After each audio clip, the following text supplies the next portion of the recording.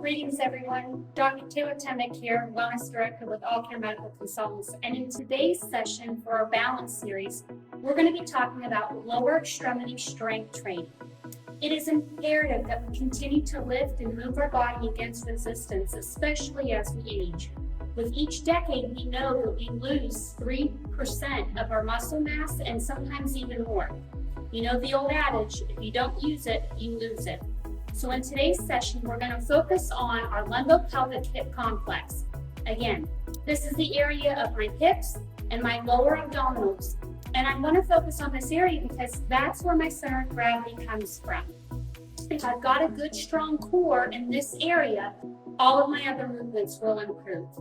We're going to break down 3 different exercises today, from a seated position, and then we'll work to standing.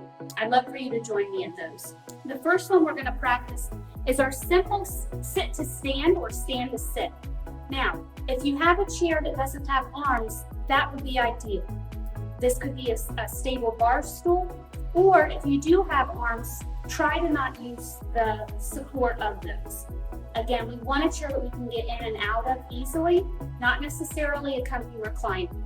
So the goal with this first exercise, and again, most of you may have even recalled someone not being able to get up out using a rock mechanism or another type of support. So that's what we're going to focus on. In this position, I'm coming to the front of my chair and towards the edge.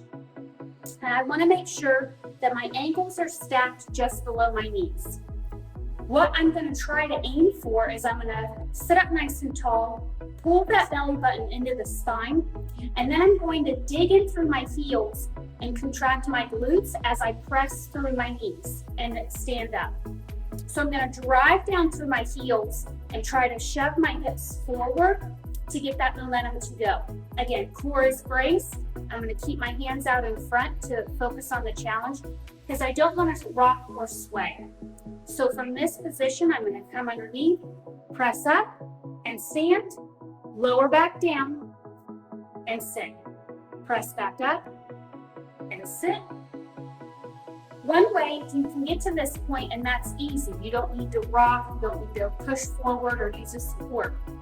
We can work either on single leg, sitting, or standing, either option, whatever feels good. So we can work from a standing position, shift our weight over to that left leg, and then slowly lower down to the seat, and then press back up, alternating legs as you get comfortable doing this. Again, you want to work that proprioception concept, so knowing where you're at in the space to feel comfortable with that. You could also do it to a standing position where I lift my leg up, stand and press, and then plant that foot down, come back down, switch legs, lift up, press. And you see that my core is a little weak as I wobble, but that's all right. It's all about a progression. The next one will be a lunge. So I'll come to the side of my chair, and again, whichever outside leg goes first, I'll go to that inside of the chair.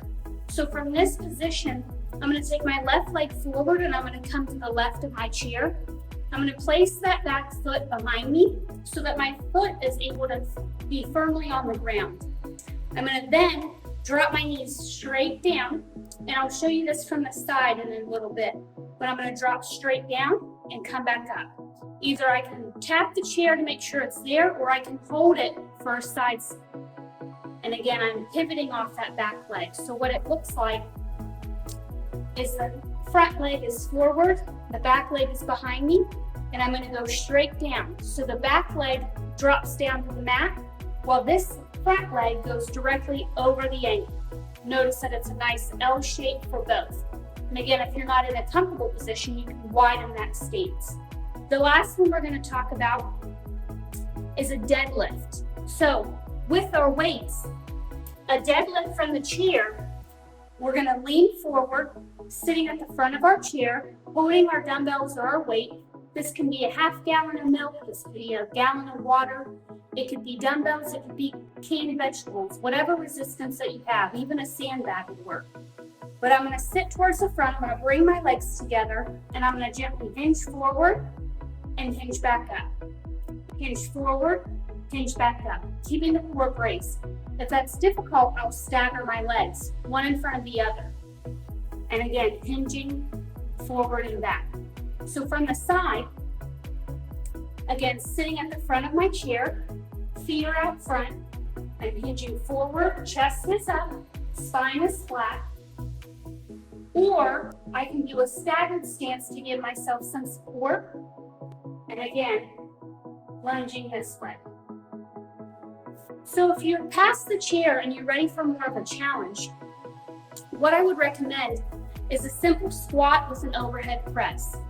This is one of the most functional movements we can do. Now, ideally, a safe position is going to be where the dumbbells are at the shoulders, or the weight. You're going to squat down to about chair height and press overhead. If you're really up for a challenge and have the range of motion, you could get lower and then press. But again, go with what's in your limits. From the side, again, we'll be here nice and upright. Everything is stacked. I'm going to lower down and then press back up. Lower down, press back up. And if you have the range of motion, go all the way down and press back up. Now for the deadlifts that we talked about, I'm going to have a slight bend in my knees and a slight hinge in my back. So as I get ready for this, I'm going to lower down. I'm going to add a dumbbell row and then stand up. Lower down, hinging at the hips only, and then back up.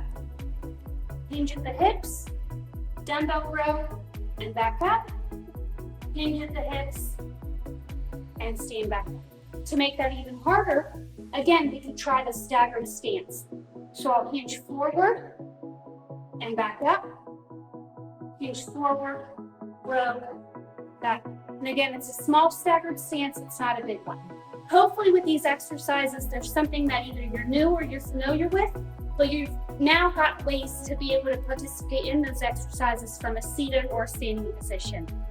I look forward to seeing you at our next balance series, and until then, have a wonderful day.